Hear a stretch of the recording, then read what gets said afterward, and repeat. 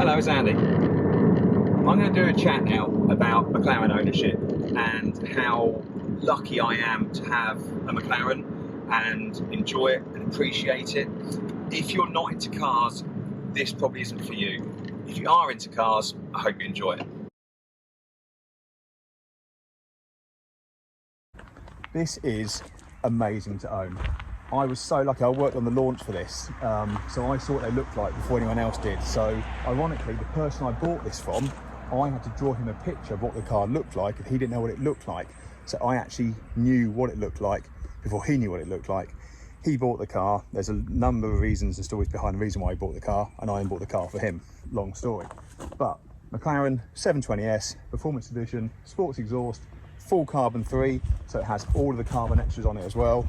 That makes it so good and so much more worthwhile having. Simple things like you've got the carbon down here, there, the whole rear, it's all carbon as well. Definitely worth having. I would not have had that brand new because of the money it costs to have the carbon package. However, came like it, so that makes it more than good for me. Changed the wheels on it. We've actually got a set of BBS forged rims on it, and a set of Michelin Pilot Sport Cup 2s, which are an amazing tyre. These cars, as standard, come with the Pirelli P0 tyre, which is terrifying. I've had it wheel spin before at 110 miles an hour. It spun the back wheels, they are that bad. Cup 2s, yes, you've got to get a bit of heat into them, but when there's heat in them, they're really good. I've also had a set of Pilot Sport PS4S on there, which I did a track day on it. Great tyre, 2 laps to warm them up. Lap 3, amazing. Lap 4, this is really good. Lap 5, overheated. Spoke to a guy I know who's a racing driver, actually races McLarens, Ollie Milroy. Ollie said to me the reason why is the amount of downforce. The downforce and the braking on this is so good, that's what's overheating the tyres. And it's really interesting to learn about how that works. So we're saying about the carbon. It is everywhere. You've got these amazing intakes around here. One of the design features with the McLaren was always supposed to be the headlights always supposed to be square to the road, so it would have really good beam at night. Now where they did that was they actually sunk them inside these big scalloped holes. Obviously we've got the BBS wheels, Cup 2 tyres, carbon absolutely everywhere on it. The great thing is people don't know how to open them. When you open the doors, there you go. Only problem is as well, that gets dirty. I've actually had to have the PPF done on this twice now because it just gets so filthy, but it means that it protects the paint, which is a good thing. As we go around the back, obviously the rear spoiler can lift up. I like to have the spoiler up all the time. I think it just looks too low, it just doesn't work for me when it's low down. I like to have it up nice and high at the rear, kind of gives it that bunched up look. At the back, this has got the sports exhaust on it, and at night as well this all glows red. You can see a bit of the glow inside there as well. One thing I kind of keep into changes when you look at it, you've got tinted window here, this is sort of tinted, that's sort of tinted as well.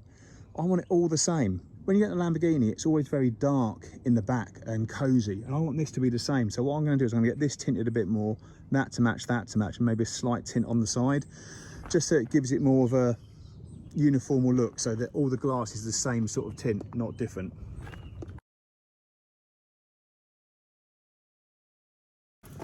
On the interior, what's really cool is this can fold away and you can have that into track setting on there. Just the basic essentials you need for the track. I personally have it opened up, and you've got the dihedral doors that just look so cool.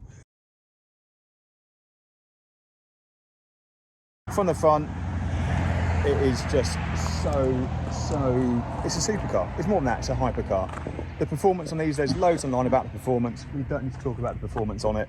We all know they are ridiculous. It's supposed to be 720 horsepower. They're around 800. What they can do, nothing keeps up with them. They're 5-6 years old now. Even the latest Lamborghini SVJs, nothing does what these can do. Sorry, horse. I'm making a horse make a load of noises there. Sorry, bud, I'll be done soon. You can crack on. As I was saying, performance, loads of videos online about the performance. There's no point me going into that. What I can tell you is, sorry. Great, the horse is just farting. There's a farting, fucking hell.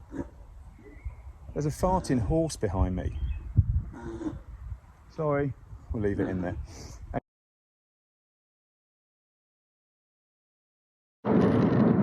exhaust didn't stop farting. So I come for a drive instead, which is quite good because it enables me to chat about what McLaren ownership is like while driving it. One of the things I'm going to talk about is what people think of a McLaren. The first thing I'm going to talk about is the police and what they think of it. Now, I've been pulled over twice in this car. One time, it was by a couple of police officers, and it's because one of them, it was his first week in the police force, and he had a bit of a rubbish week. And the guy with him said, "Can I take him for a drive?" That was an interesting one because I was like, "Yeah, I'll take him for a drive." And I thought, hold on, he wants to go for a drive in this, which can do 212 miles an hour. They can do max. It's obvious why he wants to go for a drive in it, but he's a police officer. What do I do? So he kind of didn't go over the limit, didn't go under the limit. We kind of had like a mutual agreement between us on what would happen, and it all went good. So there's that side of stuff, and that's great. When people see it, when people come over and look at the car, ask questions about it, that's all great. Loads of great feedback. Strangely, when I used to have the Ferrari, it was different. A red Ferrari, there was a lot of nastiness came with it. One bloke shouted at me, I was in a traffic jam, he just went, "Wanker!" And I shrugged my shoulders, and said, "Driving a car made by foreigners." And at that stage, I realised I wasn't really going to win that argument. So I quite simply just started chatting in like a Borat impression. Don't know why, I just thought it'd be quite funny. So he thought I was from Kazakhstan, and that just made him even more cross. So mission accomplished on that one. Worked quite funny. But yeah, the Ferrari, kind of, you get crap off people in it when you're driving that, which is strange. The Porsche Carrera 4S I've got, that's a strange one as well, because in that, everybody wants to race it. In the McLaren, everyone doesn't want to race it because I think they know of the difference between McLaren and Porsche ownership, which explains a lot. So yeah, different, feelings for people. If people come up in a petrol station, can my child have a picture next to your car? Yeah, no problem, they can sit in it if they want. So that kind of stuff is all great and all quite good fun, really. It's sometimes it's almost a bit, it's not embarrassing, but I've had it before where if people want to swarm around the car and ask questions around it, especially people often say, "How much did it cost?" And that's quite an awkward one.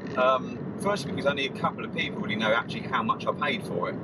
But also, it shouldn't matter what it costs. I didn't buy this car because of what it cost. I didn't buy this car to show off. Not 1% of my ownership of this vehicle is about showing off. It's about my love of cars, my love of things that are made and manufactured, and appreciating it, and the brand of McLaren, and being involved in that. So that's why I've got it. So when people ask how much does it cost, I never actually tell them. I keep it to myself. It's that awkward elephant in the room, I suppose, when you have a supercar that's not really worth getting into discussions around it.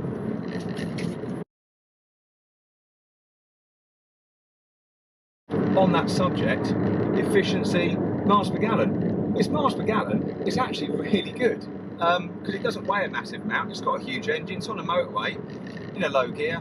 Miles per gallon is great. Servicing costs, however, is a little bit different. It's not cheap for servicing costs, and also I extended the warranty for another 2 years just for that peace of mind. I can't afford a brand new engine if the engine goes bang or anything like that, so I wasn't going to go and take that risk. So because of that, I extended that. Now I did have to get a new set of brake pads on it, set of front brake pads. Have a guess what you think the brake pads are. Don't cheat, have a guess. Comment below what you think they are. First person that comments to within 50 quid, I'll send you a car film and safety guide metal water bottle. There you go.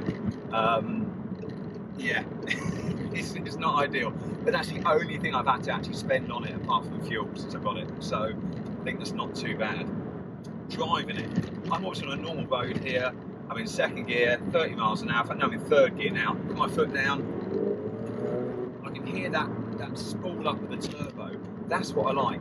With my GT3 that wasn't turbocharged, made all of its power through just sheer power and revs, I felt like I was just constantly abusing the car because you're like screaming away in the revs. Whereas with the turbocharger, you feel that spool come in, and that's, I know it's fake power, but it does, the results are there. But that spooling up sound is what I like. it kind of, you know, makes you appreciate what's coming in and that you're not destroying the engine in like 8,000 RPM all the time. So for that side of it, I quite like it.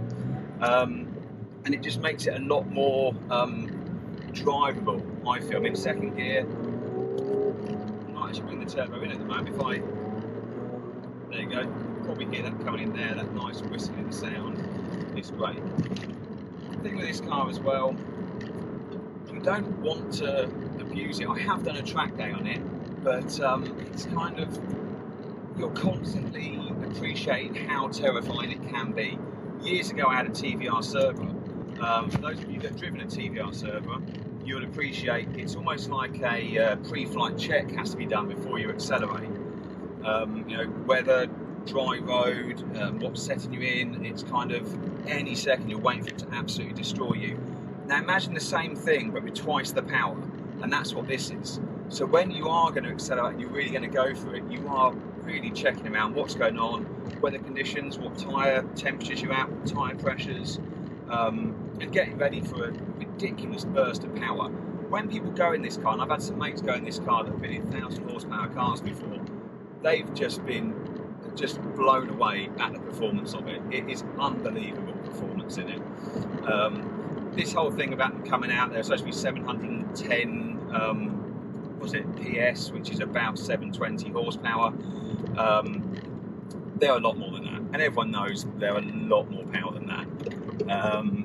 I think personally, maybe the reason why they downplayed the power is because people were buying P1s at what, 3 times the price, 1.1 million or something was it for a P1? I think now they're about 1.5, 2 million to get one, and it was almost embarrassing that people were getting these for, you know, a quarter of the price, and it's not that dissimilar on the times it would do around the ring. These have got to be 800 horsepower. The performance that they push, when I did the Car Wow drag race against Lamborghini SVJ and the new Pista Ferrari, which are like the track versions of the latest, you know, supercars out there, this beat them. And this is like 5-year technology behind what they are. Now at the moment, I'm in 4th gear, 30 miles an hour, my foot down, 50, 60, well, you know, it's kind of, it just goes and goes. It can be terrifying, and I've had people in it, I've never even been in a fast car before, and it's like, wow, what is going on here? What is this performance I'm experiencing? As I say again, we're in 4th gear now, foot down, we go 50, 60, 70. It's pretty ridiculous, but it needs to be. And when you get really high up in the revs, it's weird. It's only when I've done like stuff on a runway and I've had it at like 70 onwards that you really appreciate this performance. There's quite a few other cars that would do similar sort of, you know, straight line performance, but when this one really comes in is when it gets to 70 and it's just relentless. It just keeps going and going and going. I mean, that's, you know, an example of it there. As I say though, if you want to have a look at the performance, loads of stuff online, have a look on there and you'll see what it really does.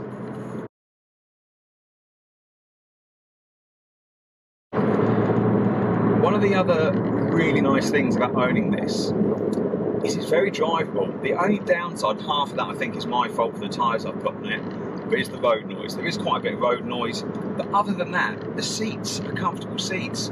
In a GT3 where you've got full-on carbon buckets, it's just not comfortable for a while. This I can turn it to comfort setting, turn it all down, and it drives like a nice car. I can do a 3 or 4 mile an hour drive, and it's just quite nice really. It's just nice to be in. Loads of space around me. Fair enough, it's not as nice as my Defender. Everyone knows how much I love my Defender, but this is just a nice place to be, and it's not a full-on track car. However, when I have taken it on a track, it is absolutely hilarious. The other strange thing about it is this dual clutch setup that it's got. When you're pulling away, it's obviously an auto, but when you pull away, you almost feel this transfer of power, this kind of like slip going on, which is quite strange. And another thing it's got is how it can turn in the rear inner wheel on a corner. So if you're going into a roundabout quite quick, and you come down the gears and turn in, it does this amazing thing where it kind of grips and you almost feel the rear, not losing control, but the rear steering in with you. It's an amazing thing to feel. When that happens and you get it right with the gear changes and the rear active differentials, whatever they are, however they work, I don't know, but it just does something and it works, then you think to yourself, wow, this is worth it. This is why I've got this car. This is why I appreciate what it can do. And it's so, so cool when that happens. So there you go, wheel spin again. That was like second gear, 50 miles an hour, and it's still wheel spinning in the dry.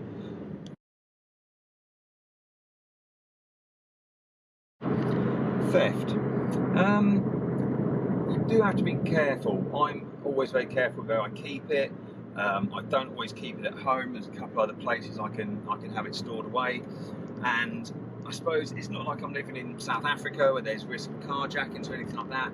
But you do just need to kind of be aware of people who want to steal something like this. The only good side to it, I suppose, is if someone did steal it, how would they get rid of it? It's not exactly an easy car to get rid of, and everyone kind of knows everyone. So I'm driving past now some kids. Oi, oi! Put it into neutral. Give a little rev, make their day, and then pull away. Makes everyone happy, doesn't it? So that kind of stuff, that's what I like. That's what's great about owning it. Then the other side to it, there's a black Fiesta behind me now that's trying to pull up behind me. It's like, is he going to go in the back of me? That's what I've had on track days as well. It's quite terrifying on the track day. I know what the braking performance of this is, and you do worry about all the other cars around you when you're on a track day. For that exact reason, is someone going to crash into it. I know I've got track insurance with this. However, has everyone else got track insurance with it? Talk about now, so the black Fiesta has now been overtaken by a red, I think it's a Corsa, and he's now trying to get in front of me, and he's actually filming me whilst he's driving as well. So this is exactly what I'm saying. If someone goes in the back of it now, it's not ideal. And people say, yeah, it's insured. That doesn't matter. This car is all original paint. I never want to have any damage to it or anything, which is why I'm so careful with it. Going into a roundabout now, this is what I love about the car. The steering on it, the way it turns in, so good. Absolutely love it. But yeah, to summarise, McLaren ownership is awesome. I love it, absolutely love it. I'm very lucky to have it. I'm probably never going to sell it. There's nothing I can think of that would replace it. And it's just an awesome experience owning it.